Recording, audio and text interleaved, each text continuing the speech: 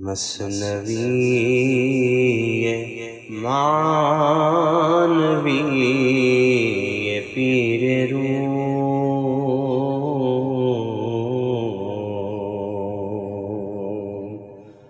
مثنوی معنوی پیر روم،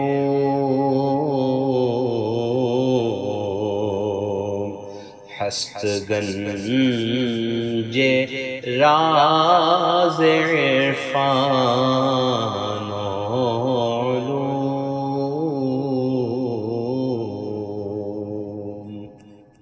بسم اللہ الرحمن الرحیم، الحمدللہ رب العالمین، والصلاة والسلام علی سیدنا و مولانا محمد سید الاولین والآخرین وعلی آلہ واصحابہ اجمعین، اما بعد۔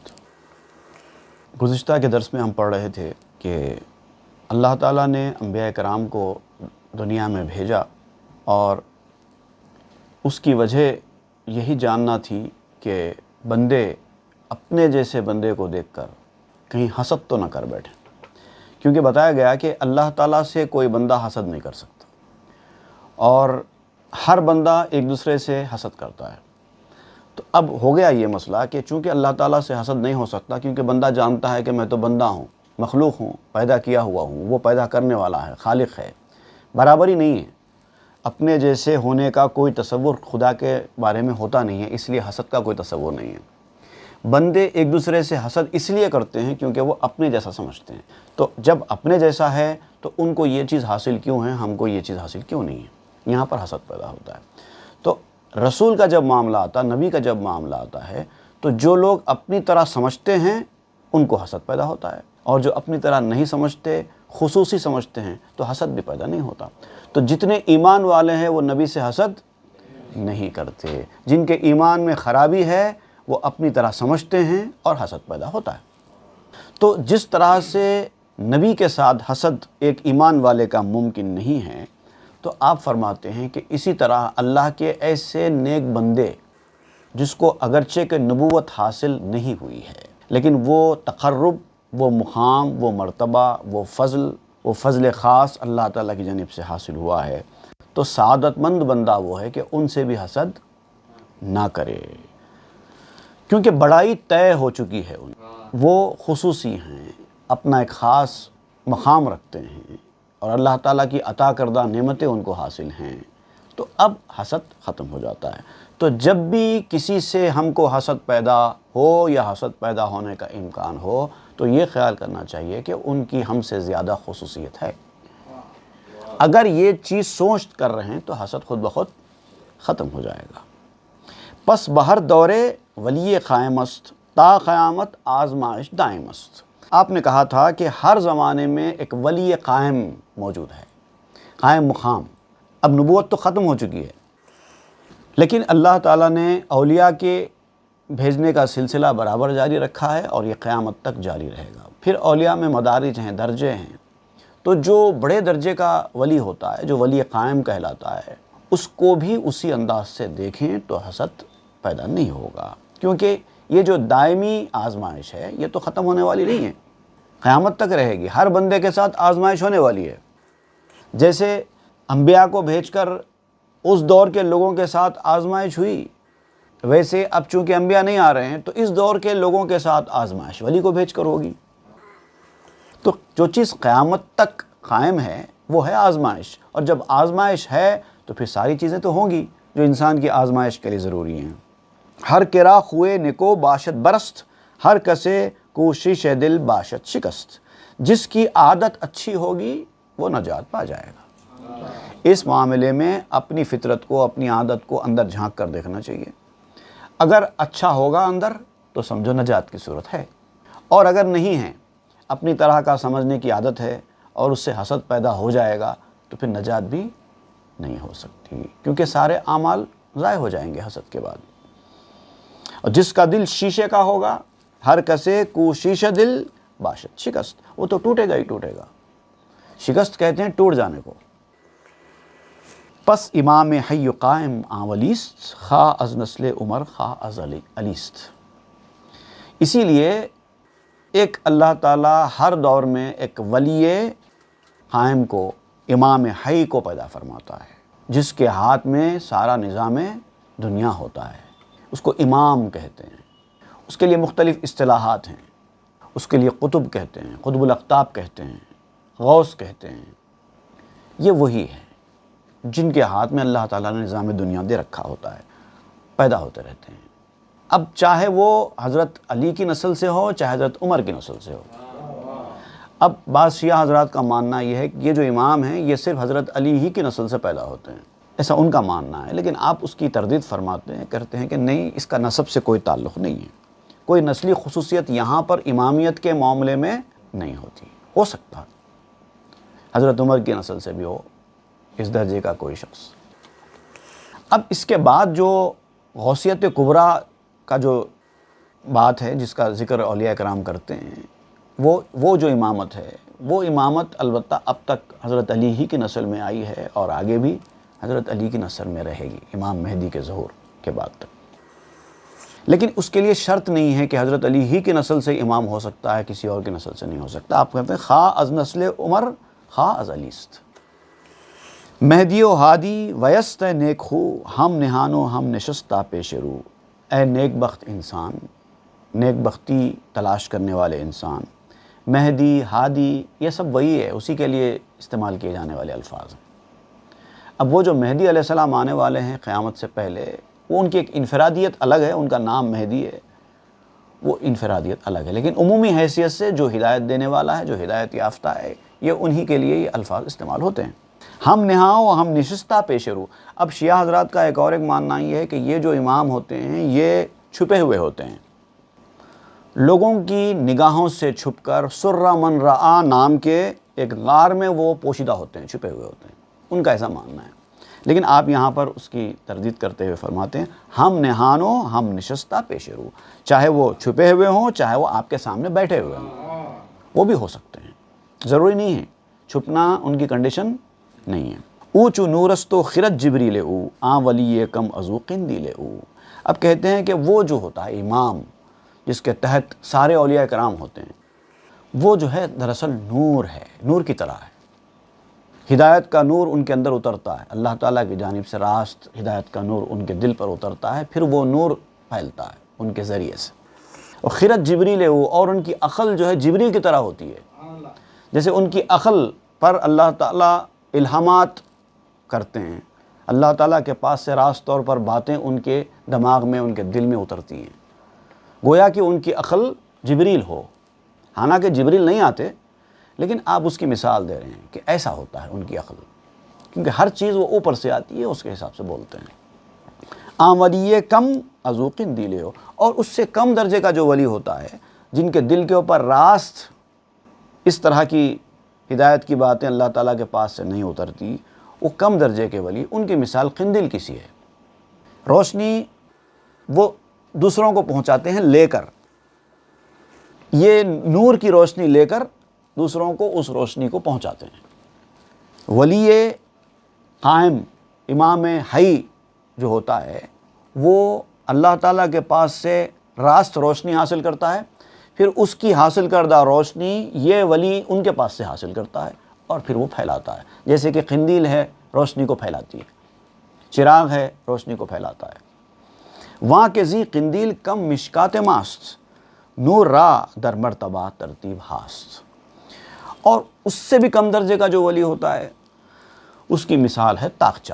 اب دیکھیے، ایک نور اللہ تعالیٰ کے پاس سے ڈائریکٹ اس کے دل دماغ پر اترتا ہے، وہ اپنا نور اس سے کم درجے کے ولی کو پاس کرتا ہے، وہ ولی قندیل کی طرح ہے، چراغ کی طرح ہے۔ اب اس کے بعد کے نیچے کے درجے کا جو ولی ہوتا ہے، وہ قندیل اور چراغ کی طرح تو نہیں ہوتا، بلکہ ایک طاقچے کی طرح ہوتا ہے جس کے اندر چراغ رکھا ہوا ہے، وہ طاقچہ روشن ہوتا ہے اس قندیل کی یا اس چراغ کی وجہ سے، اور پھر وہ روشنی آگے پھیلتی ہے۔ نور را در مرتبہ ترتیب ہاست، اور یہ جو اولیاء کرام کے مرتبے ہیں، یہ نور کی ترتیبیں ہیں، یہ ترتیبیں ہیں، آرڈر ہے، سیکوینس ہے، ایک ایک درجہ، ایک ایک درجہ، ان کے درجے ہیں، اولیاء کرام کے درجے ہوتے ہیں روحانیت میں۔ زاں کے حفصت پردہ دارت نور حق، پردہ ہائے نور داں چندی طبخ، اس لیے کہ اللہ تعالیٰ کا نور بھی 700 پردے رکھتا ہے۔ اللہ تعالیٰ جہاں براجمان ہیں علی العرش استوا، اس کے بعد سے بندوں کے درمیان اللہ تعالیٰ کا نور پہنچنے کے لیے وہ نور اللہ تعالیٰ کا 700 پردوں سے چھن کر آتا ہے، تب جا کے وہ نور سے انسان فیض حاصل کر پاتا ہے۔ تو یہ 700 پردوں کے بعد جو نور آ رہا ہے وہ ولی کے سب سے بڑے درجے کے دل پر اتر رہا ہے، وہ بھی آپ ڈائریکٹ نہیں لے سکتے، اس نور سے بھی آپ ڈائریکٹ فیضیاب نہیں ہو سکتے۔ وہ اس درجے کا ولی ہوگا جو اس سے نور اکتساب کرے گا، پھر اس سے کم درجے کا ولی اس سے نور اکتساب کرے گا، پھر اس سے کم درجے کا ولی اس سے نور اکتساب کرے گا، اس کے بعد جو سب لاسٹ درجے کا ولی ہے وہ روشنی سے دنیا کو منور کرتا ہے۔ یہ ہے اولیاء کرام کی شان۔ پردہائے نور داں چندی طبق، تو ان مرتبوں کو تم نور کے پردے سمجھو۔ جیسے کہ اللہ تعالیٰ کی نور 70,000 پردوں سے 700 پردوں سے ہو کر آتا ہے، اسی طرح یہاں آنے کے بعد بھی مخلوق میں وہ پردوں سے ہوتے ہوئے نیچے آتا ہے۔ اس پسے ہر پردہ قوم را مقام، صف صفند ای پردہ شانتا امام۔ ہر پردے کے پیچھے ایک جماعت کا مقام ہے، ان کی اپنی ایک جماعت ہوتی ہے ہر پردے کے پیچھے، ہر پردے کے پیچھے ایک جماعت ہے، اور ان کے یہ پردے پھر امام تک صف در صف پہنچتے ہیں۔ پردے ہیں، ایک پردہ ایک ولی کا، ان کی ایک جماعت ہے، پھر اس سے آگے کا درجہ ہے ایک ولی، ان کی اپنی ایک جماعت ہے، پھر آگے کا درجہ ہے ایک ولی، ان کی اپنی جماعت ہے۔ اس طرح سے ہوتے ہوئے وہ جو امام ہے، جو ولیوں کا امام ہے، وہاں تک یہ درجہ بدرجہ آگے بڑھتا ہے۔ اہل صف آخرین الضعف خیش، چشم شاں طاقت ندارت نور بیش۔ آخری صف والے جو ہوتے ہیں، نیچے والے آخری صف والے جو بالکل چھوٹے درجے کے ولی سے فیض حاصل کر رہے ہوتے ہیں، ان کو وہ نیچے کے مقام پہ اس لیے رکھا جاتا ہے کیونکہ وہ اوپر والے کی جو روشنی کی جو تاب ہے وہ نہیں لا سکتے، وہ جو چمک ہے وہ اس سے فیضیاب نہیں ہو سکتے، اس لیے ان کو کم درجے کی روشنی دی جاتی ہے۔ کیپیسٹی بھی تو ہو، دیتے ہیں بادہ ظرف قدا خار دیکھ کر، کون کتنی پی کر پچا سکتا ہے اس کو اتنی ہی پلائی جاتی ہے، ورنہ وہ بہک جائے گا۔ انسانوں میں، جانوروں میں، پرندوں میں بھی آپ دیکھیں گے ہر کسی کی آنکھ کی جو کیپیسٹی ہے وہ الگ الگ ہے۔ ایگل کو دیکھیں آپ، ایگل کتنی دور سے دیکھتا ہے، سینکڑوں میل دور سے وہ پانی کے اندر مچھلی کو دیکھ کر اس کا شکار کرتا ہے، اور انسان کی آنکھ کچھ ڈسٹنس کی چیز میں نہیں دیکھ سکتی۔ پھر انسان سے کم نظر والی بھی مخلوق موجود ہے، تو ہر ایک کی دیکھنے کی ایک ایک کیپیسٹی ہے، اور وہ حساب سے وہ روشنی کو دیکھتا ہے۔ وہاں صفے پیشت ضعیفی بصر تاب نارد اشیائے بیشتر، ان کی جو نگاہ جو ہوتی ہے وہ اس کی کمزوری کی وجہ سے اگلی صف والوں کی نگاہ کا مقابلہ نہیں کر سکتی، اتنی چمک کی طاقت ان کے پاس نہیں ہے۔ روشنی کو حیات اولست رنج جانو فتنہ ای احولست، وہ روشنی جو پہلی صف والوں کی زندگی ہے، وہ روشنی جو پہلی صف آگے کی صف والوں کی جو زندگی ہے اس سے ان کو حیات مل رہی ہے، وہ روشنی میں وہ جی رہے ہیں، اتنی روشنی ان کو چاہیے ہی چاہیے۔ آگے کی صف والے، پیچھے کی صف والوں کے لیے وہی روشنی پریشانی کا باعث بن جاتی ہے، ان کی آنکھ کھلتی نہیں ہے، مصیبت آفت بن جاتی ہے وہی روشنی پیچھے والوں کے لیے۔ کیونکہ دیکھیں آپ، ایک آدمی زیادہ روشنی میں اچھی آنکھیں کھول کر دیکھ لیتا ہے، لیکن وہی جس کی نظر کمزور ہے اس کے سامنے وہ روشنی کر دی جائے وہ آنکھیں بند ہو جاتی ہیں، آنکھیں چندیاں جاتی ہیں، وہ نہیں دیکھ سکتا۔ تو ہر آدمی اس روشنی کی تاب نہیں لا سکتا، تو جو آدمی جتنی روشنی کی تاب لا سکتا ہے اس کو اسی اسٹیج میں رکھا جاتا ہے۔ یہ بزرگوں کا پرانا قدیم طریقہ ہے کہ جس کی جتنی بساط ہے اس کو اتنا ہی دو، اسے اتنا ہی چارہ دو کہ جتنی اس کی حاجت ہے، اسے سرکش نہ ہونے دو کہ یہ عین ہلاکت ہے۔ احولی ہا اندک اندک کم شوت چون ز حفصد بگذرت او یم شوت، اس کی کمزوری تھوڑی تھوڑی کم ہوتی ہے۔ اگر آپ اس کو اس قابل بنانا چاہتے ہیں کہ وہ آگے کے اسٹیج میں جا کر وہ روشنی کتاب لا سکے، اس سے استفادہ کر سکے، تو پہلے اس کی کمزوری کو کم کرنا پڑے گا، اور یہ تھوڑی تھوڑی کم ہوتی ہے، ایک ساتھ کم نہیں ہوتی، اور اس طرح سے وہ ترقی کے منازل طے کرتا جاتا ہے۔ پہلے بالکل نیچے کے طبقے میں تھا، اب آہستہ آہستہ اس کی کمزوری دور ہوتی ہے، پھر وہ آگے کے طبقہ میں جانے لگتا ہے، پھر اور آگے کے طبقہ میں جاتا ہے، پھر اور آگے کے طبقہ میں جاتا ہے، اور جب یہ 700 پردوں سے گزر کر ڈائریکٹ اللہ کے نور سے روشنی حاصل کرنے کے قابل بن جاتا ہے، اور اللہ کے پردے اس کے اوپر سے اٹھا دیے جاتے ہیں، 700 پردوں سے آگے نکل جاتا ہے ترقی کرتے کرتے، تو اس کے بعد وہ کہنے لگتا ہے وہ میں ہوں۔ یہی تو ہوا تھا حضرت حسین بن منصور حلاج کے ساتھ، جب ان کے اوپر سے 700 پردے اڑ گئے تو ان کے منہ سے نکل پڑا میں ہی حق ہوں، انا الحق۔ لیکن نیچے والوں کو وہ بات سمجھ میں نہیں آئی، انہوں نے اس کو کفر کہہ دیا۔ آتش کسلاہ آہن یا زرست کہ صلاح آبیو سیب ترست، وہ آگ، اب دیکھیے جو مثال آپ دے رہے ہیں بڑی دلچسپ ہے، وہ آگ جو لوہے اور سونے کے لیے باعث اصلاح ہے۔ ایک بھٹی ہوتی ہے نا، آگ دہکتی ہے، آگ، اس آگ میں لوہے کو ڈال کر اس کو جیسا چاہے بناتے ہیں، اس کو موڑتے ہیں، اس کو مار کر کبھی تلوار بناتے ہیں، کبھی کچھ اور بناتے ہیں، جیسا چاہے اس کو لوہے کو بناتے ہیں اس بھٹی میں ڈال کر، اس سخت تیز جلنے والی آگ میں ڈال کر۔ اسی طرح سونے کی کاریگری بھی آگ کے ذریعے ہوتی ہے، سونے کی اصلاح بھی آگ کے ذریعے ہوتی ہے، کیونکہ وہ میٹل ہیں، آگ کی ضرورت ہے ان کو۔ لیکن اگر کوئی فروٹ ہے جیسے سیب ہے یا پھر کوئی ترکاری ہے، ان کو آپ کچھ بنانا چاہتے ہیں تو آگ میں ڈال سکتے ہیں، وہ تو جل جائیں گے، لیکن ان کے لیے بھی آگ ضروری ہے، وہ پکتے آگ پر ہی ہیں، پکانا تو ان کو بھی آگ پر ہی ہے، لیکن جیسے لوہے کو اور سونے کو آگ میں ڈالتے ہیں ویسے ترکاری کو، سبزی کو اور میوے کو نہیں ڈال سکتے، ڈالیں گے تو وہ جل جائیں گے، برداشت نہیں کر سکتے، اس کو بیچ میں کچھ حائل رکھنا پڑتا ہے، اور جتنی آگ دینی ہوتی ہے اتنی آگ دینی پڑتی ہے، اتنا ہی کافی ہوتا ہے ان کو۔ تو جن کو تھوڑی کافی ہے ان کو زیادہ نہیں پلایا جاتا، نہیں دیا جاتا۔ سیب و آبی خامی دارت خفیف، نئے چو آہن تابش خواہد لطیف۔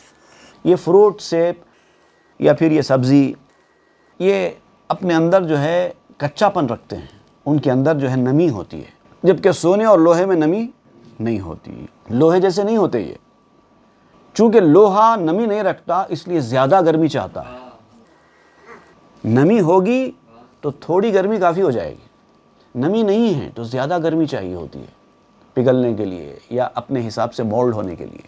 لیکن آہن را لطیفاں شعلہ ہاست کو جذوب تابش آں اژدہاست، لیکن لوہے کے لیے وہ جو دہکتی ہوئی آگ کے جو شعلے ہیں وہ بہت ہلکے ہیں، وہ بھی ہلکے ہوتے ہیں لوہے کے لیے، کیونکہ وہ گرمی کے، آپ کہتے ہیں وہ گرمی کے اژدہوں کو چوسنے والا ہوتا ہے۔ اب یہ گرمی کے اژدہے اس کو نگل جاتے ہیں، ڈس جاتے ہیں، آبی چیزوں کو، ویٹ چیزوں کو نگل جاتے ہیں، لیکن وہ ان کے لیے وہ تو تھوڑے ہی ہے، یہ کیا ہے، اتنی آگ سے کیا ہوتا ہے میرا، یہ لوہا کہتا ہے۔ ہست آں آہن فقیر سخت کش، زیر تب کو آتشستو سرخ خوش، سختی کو برداشت کرنے والا درویش وہ لوہا ہے۔ سخت سے سخت مصیبت بھی درویش برداشت کر لیتا ہے اور اسی سے وہ نکھرتا ہے۔ سخت سے سخت تکلیف بھی وہ برداشت کر لیتا ہے، وہ کہتا ہے اتنی ہی تکلیف، اتنا ہی، اس سے زیادہ نہیں، اتنی تکلیف، وہ بڑی تکلیف کو بھی بالکل معمولی خیال کرتا ہے۔ زیر تب کو آتشستو سرخ خش، وہ ہتھوڑے اور آگ کے نیچے بھی سرخ ہے، خوش ہے۔ تکلیف مصیبت آتی ہے تو وہ اس کو بھی ہنس کر جھیلتا ہے، ارے اتنا ہی، اور وہ تکلیف کو، پریشانی کو اگر بڑا خیال کرے تو اس کو اوپر سے ناراضگی کا سامنا کرنا پڑتا ہے، اتنے پہ اتنا ہو جا رہا ہے، کیوں، یہ تو تھوڑی سی مصیبت ہے۔ حضرت ایوب علیہ السلام کو جو کتنی تکلیفیں آپ نے برداشت کی، اف تک نہیں کیا۔ امام حسین علیہ السلام کو دیکھیے کربلا میں کیسی کیسی تکلیفیں جھیلی، اف تک نہیں کیا۔ 72 گھنٹے کے پیاسے بھوکے تلواروں کے سائے میں اپنے سارے گھر بار کو لے کے جاتے ہیں اور اللہ کی رضا جوئی کے لیے سب کچھ قربان کرتے ہیں اور تیار ہیں اس کے لیے، راضی ہیں اس پر۔ یہ بڑے لوگوں کی بڑی باتیں ہیں، اور ہم چھوٹی چھوٹی مصیبت کے اوپر پریشان ہو جاتے ہیں۔ یہ فرق ہے لوہے میں اور ایک معمولی سیب کے ٹکڑے میں۔ حاجب آتش بود بے واسطہ، در دل آتش رود بے رابطہ۔ وہ راست طور پر آنے والی آگ جو بے واسطہ ہوتی ہے اس کے لیے بھی روک بنتا ہے، کوئی فرق نہیں پڑتا اس کو، آتی ہے آنے دو۔ وہ بغیر کسی ذریعے کے، بغیر کسی سورس کے آگ میں گھس جاتا ہے، کود جاتا ہے، اس کو ضرورت نہیں ہے۔ میں آپ کو ایک بڑا دلچسپ واقعہ یہاں پر سناتا ہوں۔ اولیاء کرام کی حکایتوں میں ایک حکایت بیان کی جاتی ہے کہ ایک مرتبہ ایک پیر اور ایک ان کے زیر تربیت مرید کسی مقام سے گزر رہے تھے۔ اچانک انہوں نے دیکھا کہ سڑک کے کسی کنارے ایک شخص ہے جس کے جسم کو کیڑے پڑ گئے ہیں، بیمار ہو کر ایک طرف پڑا ہوا ہے، اس کے جسم کو کیڑے پڑ گئے ہیں، اور اس کے بعد جسم کو آگ نے لپیٹ لیا۔ بہت طاقتور، روحانی طور پر طاقتور انسان تھے وہ۔ جیسے ہی ان کے جسم کو آگ نے لپیٹا، انہوں نے فوراً سر اٹھایا، اٹھا کر کہا، اے آگ بجھ جا، میرے پاس کیوں آتی ہے؟ بس اسی کے ساتھ ہی آگ بجھ گئی۔ وہاں سے وہ پیر اور وہ مرید جو منظر دیکھ رہے تھے آگے بڑھ گئے۔ اس کے بعد کچھ وقت کے بعد پھر اسی طرح کا ایک منظر دیکھا، ایک شخص لیٹا ہوا ہے، اس کے جسم کو آگ نے لپیٹ لیا ہے اور کیڑے نکل رہے ہیں۔ تو وہ نکلنے والے کیڑوں کو لے کر پھر واپس اپنے جسم میں ڈال لیتے ہیں، اور آگ مسلسل ان کے جسم کو جلائے جا رہی ہے، کچھ نہیں بولتے۔ یہ دونوں نے یہ منظر دیکھا، دونوں مناظر دیکھے۔ آگے بڑھنے کے بعد پیر نے مسکرا کر مرید سے کہا، بتاؤ ان دونوں میں افضل کون ہے؟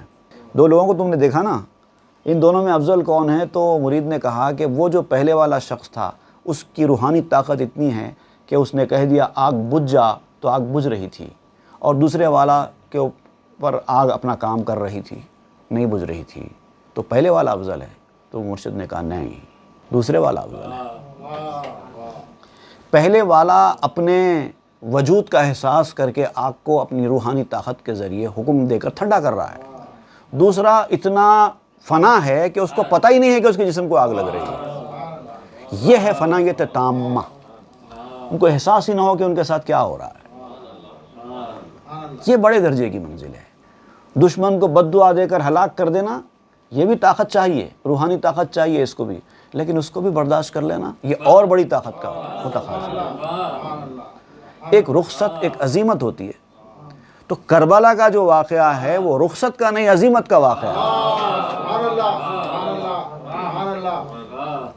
بے حجاب آب و فرزندان آب، پختگی ذاتش نیا بندو خطاب۔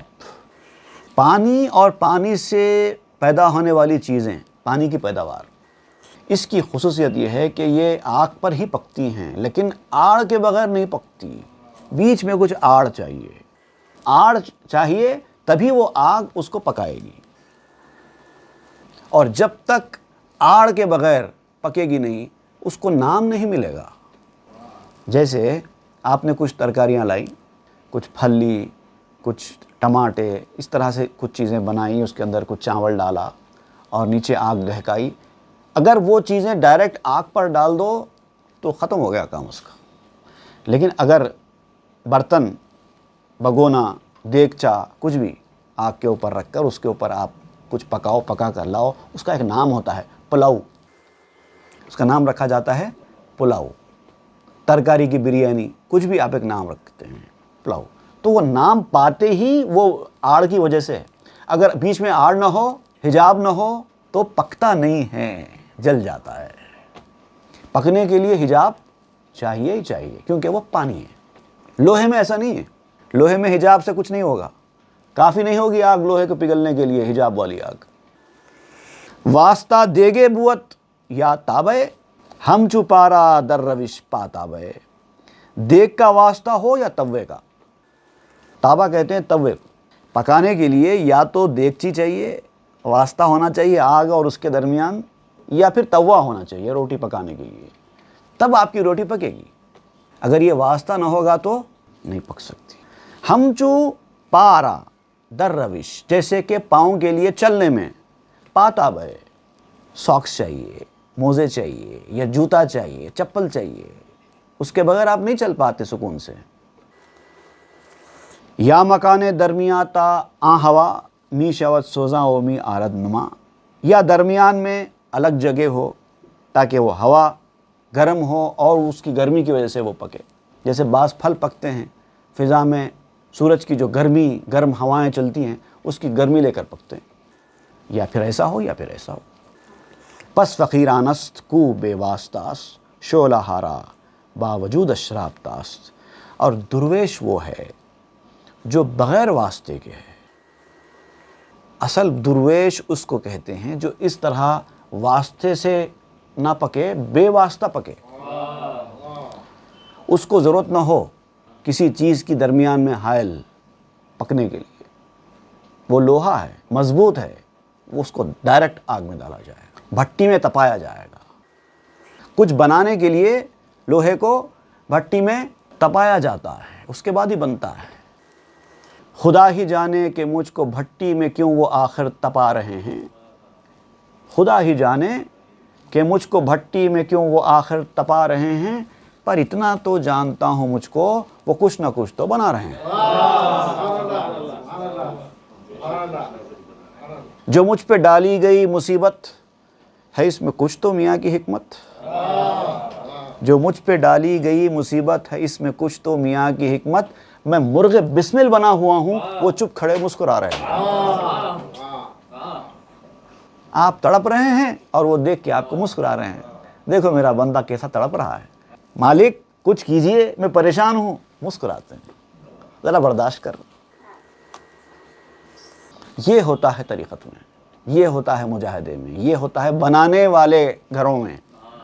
جہاں بننا نہیں ہے وہاں یہ سب کچھ بھی نہیں ہے. پس دل عالم ویست ایرا کے تن، می رسد از واسطہ دل بے فن. وہ جو درویش ہے جو اس مرحلے پر پہنچ جانے والا ہوتا ہے وہ سارے عالم کے لیے دل کی طرح ہے. کیونکہ جسم جو ہے اسی دل کی وجہ سے ہنر حاصل کرتا ہے. باقی لوگ جسم کی طرح ہیں، وہ جو ہے دل کی طرح ہے. دل کی وجہ سے جسم کام کرتا ہے. جسم میں جو حرکت ہے، جو جان ہے، جو کچھ جسم کام کر رہا ہے دل کی وجہ سے کر رہا ہے. تو وہ جو لوگ ہیں جن کا مقام دل کی طرح ہے انہی کی وجہ سے یہ لوگ جو جسم کی طرح ہیں زندہ ہیں، انہی کے صدقے میں پل رہے ہیں. تو آپ سوچئے کہ وہ لوگ دل ہیں اور باقی لوگ جسم ہیں. باقی دنیا جسم کی طرح ہے. اب جسم میں کوئی ناک ہے، کوئی کان ہے، کوئی ہاتھ ہے، کسی کا کچھ کام ہے، کسی کا کچھ کام ہے، لیکن وہ تو دل ہے، پورے جسم پر حکومت کر رہا ہے. دل نہ باشد تن چہ دانت گفتگو، دل نہ جوید تن چہ دانت جستجو. اگر دل نہ ہو تو جسم گفتگو کرنا بھی نہ جانے. زبان کو کیسے پھرانا چاہیے، شین کیسے بولنا چاہیے، دال کیسے بولنا چاہیے، کچھ نہیں پتہ چلے گا. زبان ہوگی آ کرے گی صرف، جیسے کہ جانور کرتے ہیں. ان کو وہ دل نہیں ہے جو انسان کے پاس ہے، اس لیے وہ بات نہیں کر پاتے. حالانکہ ان کو بھی زبان ہے، حالانکہ ان کے منہ سے بھی آواز نکلتی ہے کہ نہیں نکلتی ہے. جانور کے منہ سے بھی آواز نکلتی ہے، جانور کو بھی زبان ہوتی ہے، سب ہے. لیکن جانور بات نہیں کر پاتے کیونکہ ان کے پاس وہ دل نہیں ہے جو انسان کے پاس. تو اگر دل نہ ہو تو پھر جسم گفتگو کرنا ہی کیا جانے. اور دل جستجو نہ کرے کسی چیز کی تو جسم جستجو کرنا کیا جانے. تو سارا کا سارا انحصار جسم کی حرکتوں کا دل کے اوپر ہے. اور وہ لوگ جو اللہ کے یہ مقام والے بندے ہیں ان کا مقام دل کی طرح ہے. پس نظر گاہ شواں آہنست، پس نظر گاہ خدا دل نے تنست. لہٰذا شعلوں کا منظور نظر، شعلوں کا پسندیدہ، آگ کا پسندیدہ لوہا ہوتا ہے. آگ کا پسندیدہ لوہا ہوتا ہے. یہ آبی مخلوق نہیں ہوتی جو صرف ہوا سے جل جائے، آگ کی ہوا سے جل جائے، وہ لوہے کا پسندیدہ نہیں ہوتا. اور خدا کا منظور نظر جو ہے، خدا کی پسندیدہ چیز جو ہے وہ دل ہے، جسم نہیں ہے. ایک شعر میں نے بیان کیا تھا کہ کسی بھی عضو کو پوچھا گیا نہ محشر میں. میرا ایک ایک عضو رکھا گیا، آنکھ رکھی گئی، کان رکھے گئے، ہاتھ رکھے گئے خدا کے حضور میں، محشر کے میدان میں. لیکن کسی عضو کو کسی نے پوچھا ہی نہیں پلٹ کے. کسی بھی عضو کو پوچھا گیا نہ محشر میں مگر یہ دل کہ ہزاروں میں قیمتیں آئیں. وہ ہے دل، اس کی کوئی قیمت نہیں ہے، لا قیمت چیز ہے۔ اور کیوں کہ دل اللہ کا منظور نظر ہے، جسم نہیں ہے۔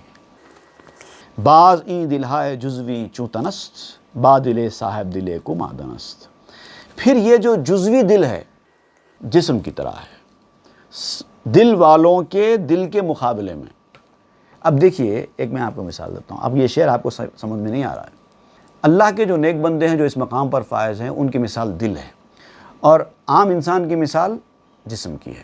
تو جسم کی کوئی ویلیو نہیں ہے، وہ اللہ کا منظور نظر نہیں ہے، دل اللہ کا منظور نظر ہے۔ یہ سمجھ لیا آپ نے۔ اب دیکھیے، ایک عام انسان کا دل ہے، تو عام انسان کا دل منظور نظر ہوگا، جسم منظور نظر نہیں ہوگا۔ اور جو خاص انسان ہے اس کا جسم ہی دل کی طرح ہے، تو دل کیا ہوگا؟ یہ سوچ رہی ہے۔ عام انسان کا دل منظور نظر ہے، بیش قیمت ہے، اور جسم کی کوئی ویلیو نہیں ہے، کوئی اہمیت نہیں ہے۔ اور خاص آدمی کا جسم ہی دل کی طرح ہے، تو ان کا دل کیا ہوگا؟ یہ بتا رہے ہیں آپ۔ بعض این دلہائے جزوی چوں تنست، با دلے صاحب دلے کو مادنست۔ پھر یہ جو جزوی دل ہے یہ جسم کی طرح ہے، صاحب دل کے سامنے، جو دل والا ہے اس کے دل کے سامنے ہمارا دل بھی جسم کی طرح ہے، عام آدمی کا دل بھی جسم کی طرح ہے، کیونکہ وہ جو دل ہے، دل والے کا جو دل ہے وہ تو کان ہے، مائن ہے۔ پس مثال و شرح خواہد ای کلام، لیک ترسم تان لغزت فہم عام۔ آپ کہتے ہیں کہ یہ کلام جو ہے، جو موضوع میں نکال کر بیٹھا ہوں، یہ بہت ساری مثالوں کے ذریعے سمجھانے کا ہے، بہت بڑا ایکسپلینیشن چاہیے سمجھانے کے لیے۔ چند اشعار میں اتنا بڑا موضوع بیان نہیں ہو سکتا۔ ابھی ایک دو مثالیں میں نے بیان کی ہیں، اگر میں تفصیل میں جاؤں تو بے شمار مثالوں کی ضرورت ہے۔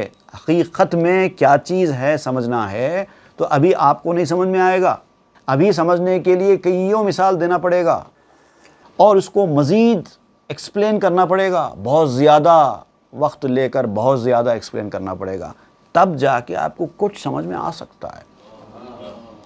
اور میں چاہتا بھی ہوں کہ اور کھول کھول کر بیان کروں ہر چیز، لیکن لیک ترسم، لیکن میں ڈرتا ہوں، تان لغزت فہم عام، تاکہ عام لوگوں کی سمجھ کے دھوکہ کھا کر لغزش نہ کھا جائے، ایک سمجھنے کا ایک نہ سمجھ لے۔ یہ میدان ایسا ہے، اگر جو چیز سمجھائی جا رہی ہے، جس طرح سمجھائی جا رہی ہے ویسے ہی سمجھیں گے تو آپ کا فائدہ ہوگا، نہیں جیسا سمجھایا جا رہا ہے اب ویسا سمجھنے کے بجائے اپنی عقل سے کچھ اور سمجھ لیں گے تو گمراہ ہو جانے کا بھی خطرہ ہے۔ اسی لیے میں ڈر رہا ہوں اس سے زیادہ بولنے کے لیے۔ جتنا کہا گیا ہے اتنا ہی سن لو، اسی کو سمجھنے کی کوشش کرو، کافی ہے۔ نہیں سمجھ میں آ گیا تو ایک بار پھر سنو، پھر نہیں سمجھ میں آ رہا ایک بار پھر سنو، تھوڑا جتنا آپ کو چاہیے اتنا سمجھ میں تو آ جائے گا، اور اس سے زیادہ کی جستجو مت کرو، کیونکہ جس درجے میں آپ ہیں اس سے آگے کے درجے کی باتوں کی معلومات حاصل کرنے کی کوشش کریں گے تو جل جائیں گے، جیسا ابھی بیان کیا گیا۔ جتنی کیپیسٹی ہے اتنا ہی لو۔ تانا گردد نیک ہوئیے ماں بدی، این کے گفتم ہم نہ بد جز بے خودی، تاکہ ہماری نیکی، ہمارا اچھا ارادہ تمہارے لیے بدی نہ بن جائے۔ ہمارا ارادہ اچھا ہے تم کو ان تمام چیزوں سے واقف کرانے کا، لیکن کہیں ایسا نہ ہو کہ ہم تم کو واقف کرا کے ترقی دینا چاہتے ہیں اور تم اپنی جہالت کی وجہ سے ترقی حاصل کرنے کے بجائے اور نیچے چلے جاؤ۔ یہ نیکی ہے لیکن کہیں تمہارے لیے بدی نہ بن جائے، کہیں تم گمراہ نہ ہو جاؤ، بھٹک نہ جاؤ، اسی لیے اس سے زیادہ میں بیان کرنا نہیں چاہتا۔ ای کے گفتم ہم نہ بد جز بے خودی، یہ بھی جو کچھ میں نے کہا ہے یہ ساری باتیں بھی اصل میں کہنے کی نہیں تھی، ایک بے خودی کے عالم میں بات نکل گئی، میں نے بیان کر دیا۔ یہ بھی اصولاً سب کے سامنے بیان کرنے کی باتیں نہیں تھیں، لیکن اب چونکہ بات نکلی تھی، گفتگو نکلی تھی، ایک بے خودی کا عالم طاری تھا، میں نے اس بے خودی کے عالم میں یہ سب بیان کر دیا ہے۔ پائے کجرا کفش کج بہتر بوت، مر گدارا دستگہ بر در بوت، ٹیڑھے پیر کے لیے ٹیڑھا جوتا ہی اچھا ہوتا ہے۔ اگر تیرا پیر ٹیڑھا ہے، سیدھا جوتا پہننے کی کوشش مت کر، تیرے پاؤں میں نہیں آئے گا۔ پاؤں ٹیڑھا ہے تو جوتا بھی ٹیڑھا ہی پہنو۔ اگر اچھا جوتا، سیدھا جوتا، درست جوتا پہننے کی خواہش ہے تو پہلے اپنے پاؤں کو درست کرو۔ مر گدارا دستگاہ بر در بود، جو گداگر ہوتا ہے، گدا ہوتا ہے، فقیر ہوتا ہے، بھکاری ہوتا ہے، مانگنے والا ہوتا ہے، اس کا مقام دروازے پر ہی ہوتا ہے، اندر نہیں بلایا جاتا۔ اب تم کو اگر یہ خواہش ہو رہی ہے کہ میں اور بھی کچھ حاصل کروں، اور بھی کچھ معلومات کروں، تو جب تک گداگر ہو تو اندر تو نہیں بلایا جائے گا۔ وی آئی پی بنو، پھر ضرور اندر بھی بلایا جائے گا اور خاطر مدارت بھی کی جائے گی۔ گداگر بن کر مہمان نوازی کی توقع رکھنا خام خیالی ہو۔ تو پہلے اپنے پاؤں کو سیدھا کرو، اس کے بعد پھر سیدھا جوتا پہننے کی کوشش کرو، تمہیں ملے گا۔ اگر تم گداگر ہو تو پھر دروازہ ہی تمہارا ٹھکانہ ہے، وہیں ٹھہرو، وہیں پر تم کو لا کر جو دینا ہے دے دیا جائے گا۔ گھر کے فرد مت بننے کی کوشش کرو۔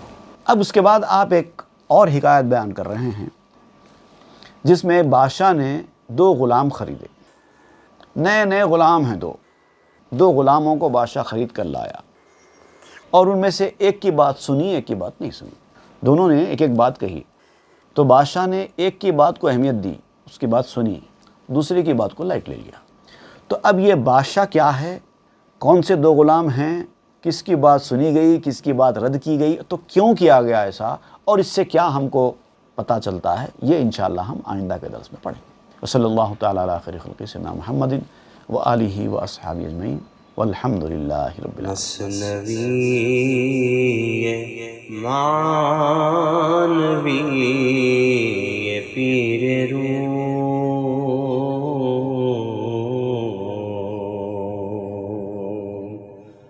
مثنوی معنوی پیر روم،